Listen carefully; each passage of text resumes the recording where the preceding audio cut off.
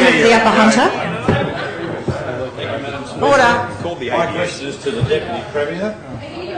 Deputy Premier, how is the New South Wales Government helping to reduce youth unemployment? Sorry, I didn't hear that because of the interjections from the member for Strathfield. Could you read it again, please? One word, It's very difficult with the interjections. Member for Upper Hunter has the call and will be heard in silence. Yes. Deputy Premier, how is the New South Wales Government helping to reduce youth unemployment? Thank you, youth unemployment. Deputy Premier.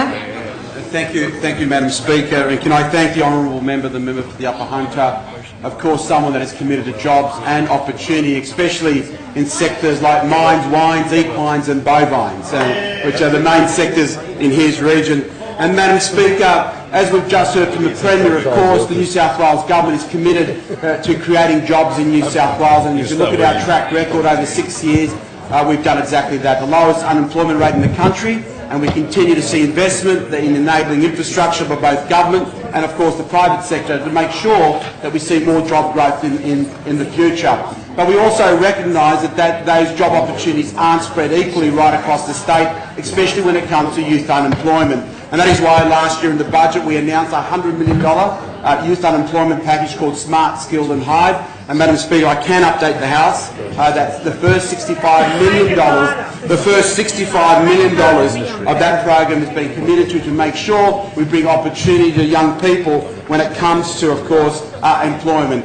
We know that employment is one of the greatest opportunities to get people out of poverty and, of course, deal with intergenerational unemployment. And this government is committed to making sure those disadvantaged in the community, those that somehow fall through the cracks, have an opportunity to get the skills, the training, and also the pastoral care and the mentoring that helps them in getting employment.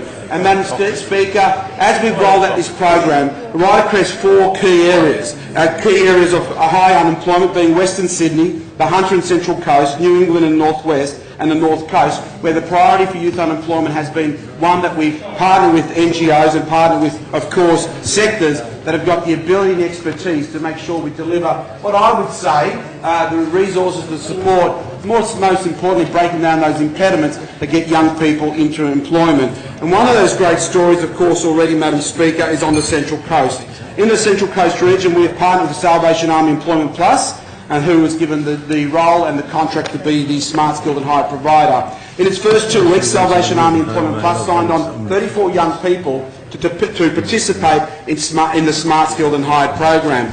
Already 8 local youth have been placed into employment in jobs ranging from panel beating, food services, delivery driving and retail, and of course that's supporting local business in the Central Coast and Hunter regions. And Madam Speaker, in Western Sydney, MTC Australia was awarded, of course, the Smart, Skilled, Hired contract to be our partner and provider to assist young people back into employment. And in its first week, MTC was approached by a young candidate, who I won't name because of confidentiality, looking for work, who had dropped out of university, was suffering from depression, struggling financially and unable to find employment. His financial circumstances were having a big impact on his personal life and relationships and further affecting his depression. I'm pleased to update the House. MTC Australia were able to place him in a warehousing role that he's enjoying. His mental health and his relationships at home are both improving. And in his words, my outlook is a lot brighter. I really feel the sense of despair that I was previously experiencing now that I'm working. I have a sense of purpose now and I'm earning a living. I no longer experience the fights at home and I'm working towards paying off my debts. And I'm hopeful about my future. Madam Speaker, MTC have provided end-to-end support from supplying clothing for work and additional pastoral care in order to ensure he is able to remain in meaningful employment, Madam Speaker. And Madam Speaker, what is different about our Smart and Skilled program is making sure that we unblock those impediments that are stopping young people into employment. Often it could be transport costs. Often it could be transport costs. It could also be getting your white card on a construction site. It could be just having the right clothes to turn up to interview, a washing machine at home. What we're doing is filling the gap between other programs, and predominantly federal programs, and assisting young people into employment, Madam Speaker. And the other thing we've got to do is, of course, invest in pay. Invest in the vet sector. Invest in skills training. And Madam Speaker,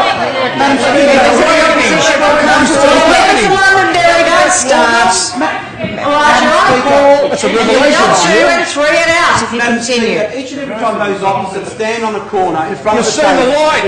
TAFE, again misleading the public about closures or cuts, or of course their constant negative narrative around TAFE New South Wales. Opposition It benches tries to will weigh come to young order. people from considering TAFE or vocational education as a genuine pathway for the skills training that can get them Member into for jobs Newcastle's for on today the or for the future, Madam Speaker. Madam Speaker, Opposition vocational members will education cease and interjecting. training. We already know vocational education and training is one of the greatest pathways. Member for Upper Hunter. Got it. Member for Londonderry is on 2 calls.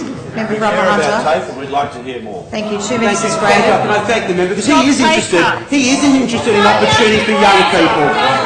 Opportunity for young people. And Madam Speaker, vocational education and training is possibly the most significant pathway for young people to gain skills and training that actually gets them into a job outcome. There are plenty of studies that talk about someone that goes through university will end up, only about 63% will end up in a job that they study for. If you compare it to vocational education and training, it's running around 76% for what you study and job outcomes. And Madam Speaker, we're investing in vocational education in this state. We're promoting the positive outcomes of what's happening within the sector. Even though a sector disrupted over the last few years, what we're now seeing, of course, is positive outcomes. And I'm sure the Assistant Minister who's responsible for TAFE will talk about the opportunities of TAFE, where we've seen an increase of 100,000 enrolments in TAFE New South Wales in the last year.